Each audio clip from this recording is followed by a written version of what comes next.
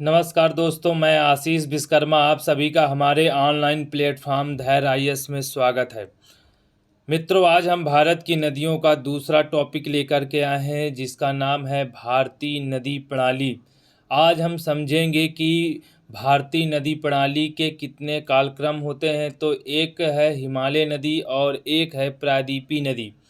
अब हम एक एक करके देख लेते हैं। हिमालय नदी को अगर बांटते हैं तो 3 पार्ट में बढ़ता है। एक तो ब्रह्मपुत्र नदी तंत्र, एक क्या है ब्रह्मपुत्र नदी तंत्र, ठीक है। दूसरा क्या है गंगा नदी तंत्र और तीसरा क्या है सिंधु नदी तंत्र। देखिए, जो तंत्र शब्द होता है वो अपवाह तंत्र का ही रूप है। मतलब कि ये इतनी बड़ी नदियां हैं, जो इनकी इतनी सहायक नदियां हैं जिनका जलखेंड सबसे बड़ा है, इसलिए इनको कहते हैं तंत्र शब्द दिया गया है। तो जिनमें से पहला है ब्रह्मपुत्र नदी तंत्र, दूसरा गंगा नदी तंत्र, तीसरा सिंधु नदी तंत्र। इसी तरह अगर यदि हम प्रायद्वीपीय भारत की बात करें तो देखिए, प्रायद्वीपीय भारत में 2 प्रकार की नदियां आती हैं। देखिए, 2 प्रकार की नदियां वो कौन कौन सी हैं। तो देखिए, प्रायद्वीपीय भारत में एक अरब सागर में गिरने वाली नदियां हैं और दूसरी जो है वो बंगाल की खाड़ी में गिरने वाली नदियां हैं।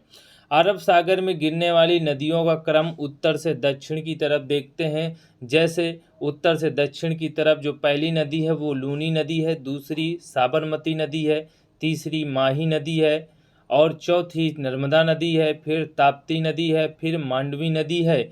और इसके बाद जो है मांडवी नदी के बाद जुआरी नदी है और शरावती नदी है, फिर पेरियार नदी है, फिर भरतपूजा नदी है।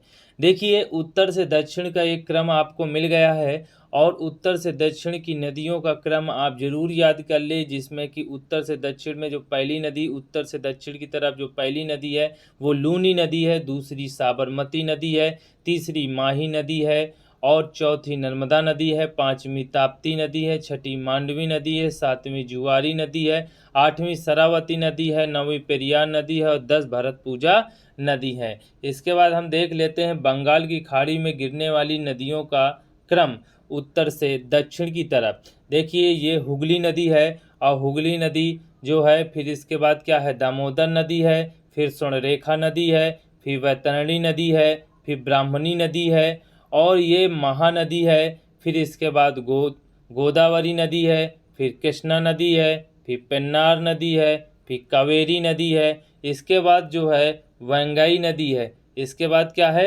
वैंगाई नदी और त्रामपाणी नदी, ठीक है।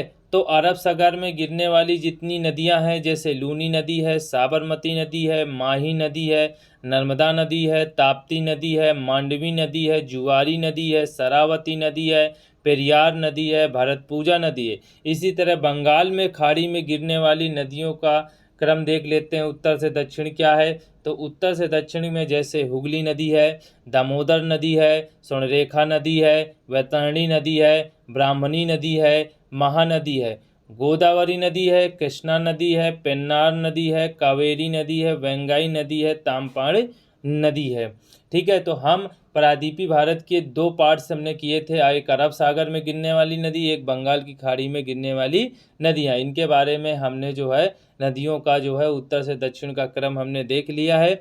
इसके बाद हमारा ये दूसरा टॉपिक कंप्लीट होता है। मिलते हैं अगले वीडियो में। धन्यवाद। जय हिंद, जय भारत।